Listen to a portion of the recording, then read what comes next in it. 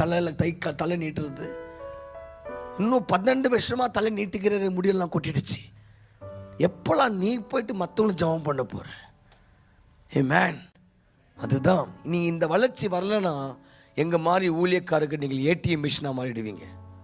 நான் என்ன மாதிரின்னு சொல்ல மாட்டேன் இல்லையா? நீங்கள் வளரலன்னா ஊழியக்காரர்களுக்கு எல்லாருக்குமே நீங்கள் காணிக்க டப்பா மட்டும்தான். காட்ஸ் வேர்டு போட்டு பணத்தை வாங்கிடுறாங்க. ஏடிஎம்க்கு பாஸ்வேர்டு வேணும், ஆனால் உங்ககிட்ட இந்த வாங்குறதுக்கு காட்ஸ் வேர்டு வேணும். அதை பேசி உங்ககிட்ட கரைச்சினே இருப்பான், பயத்தை உண்டாக்குவான். சமீபத்தில் நான் சொன்ன நேற்று இடத்துல போகும்போது பயணத்தில் சொன்ன, கேரளாவில் ஒரு பாஸ்டரை பிடிக்கிறாங்க. போலீஸ் பிடிக்குது, நீங்கள் எல்லாம் பார்த்துருப்பீங்க.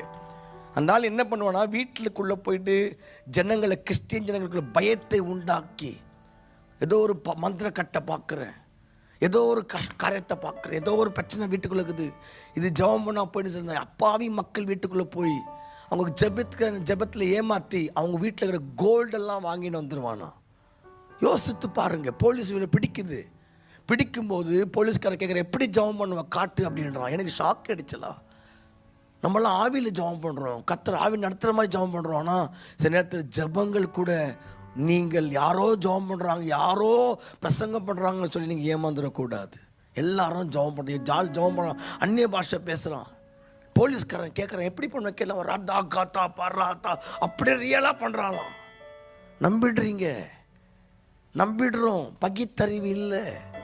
நீங்கள் வளராத வரைக்கும் இன்னைக்கு இருக்கிற ஊழியர்களுக்கு நீங்கள் உணவு.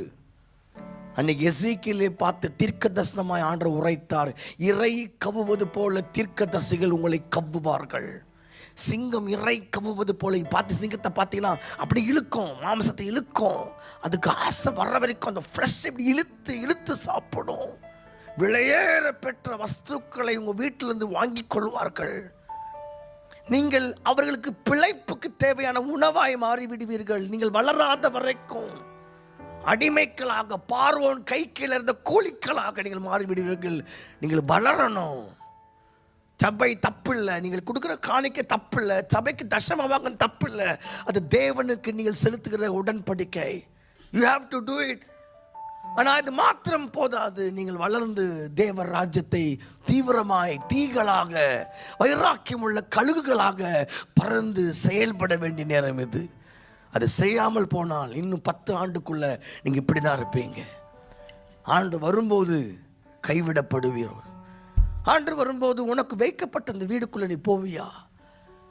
தேவனே, என் அருமை சகோதர சகோதரியை ஆண்டவர் ரொம்ப நேசிக்கிறார். நீ அவர் கூட இருக்கணும்னு தான் ஆசைப்படுறார்.